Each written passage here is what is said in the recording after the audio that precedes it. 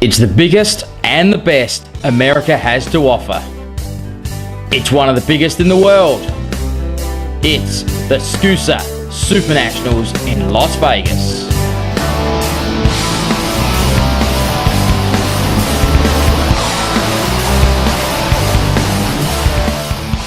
This year, 10 Australians made the trip across the Pacific Ocean to compete on the temporary street circuit at the Rio Hotel and Casino.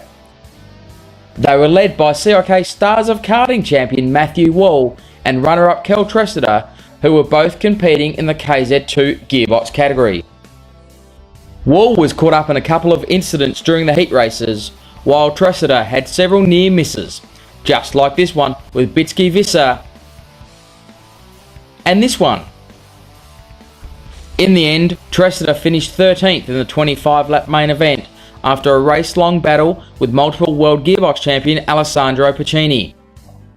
Nothing like compares to home. It's like a CIK race or a Stars of Karting race on steroids.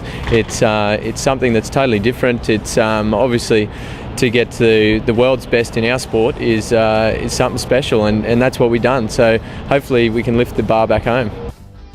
Wall crossed the line 20th, which in a field that contained the world's best was a very strong achievement. It's been awesome, the best experience ever. The results didn't show anything really to take back home for, but we learned so much. Not only me as a driver, but the way that these Europeans tune their engines, the way that the American teams operate. I was lucky enough to race with the J3 Motorsport team around the Cosmic Karts. It was a new kart for us. We had a bit to learn setup-wise with that, as well as this way of racing, and hopefully we can take this on board for next year in CIK 2011. David Serra had the crowd on their feet during the tag senior final as he charged his way from 29th on the grid.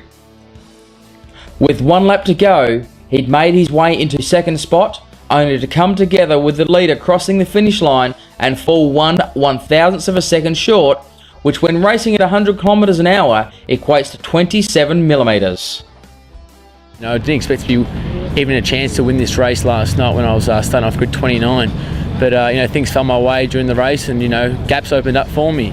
After half race distance, I was in the top 10, and I started believing in myself that I could challenge for the win. To fall short over the line is like Days of Thunder style for the line, but I'm pretty disappointed to lose, but I'm also very proud of my efforts. Sarah's fellow Australian in the category, Chris Wall, unfortunately crashed out on the first lap.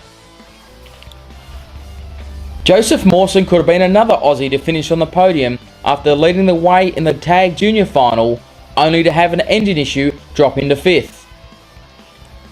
Adrian Lazaro and Scott Foster also showed good speed across the weekend, and both were unlucky to be caught up in incidents in the final. The hard luck story for the Australians has to go to Kip Foster. After crossing a line first in Tag Masters, he was later excluded for a technical infringement on his leased engine. Foster's Western Australian counterparts, Eric Smith and Craig Willis, also competed in the Tag Masters class. The countdown is already on for next year's SuperNationals to see which driver can become the first Australian to break through and claim the victory on America's biggest stage against the world's best.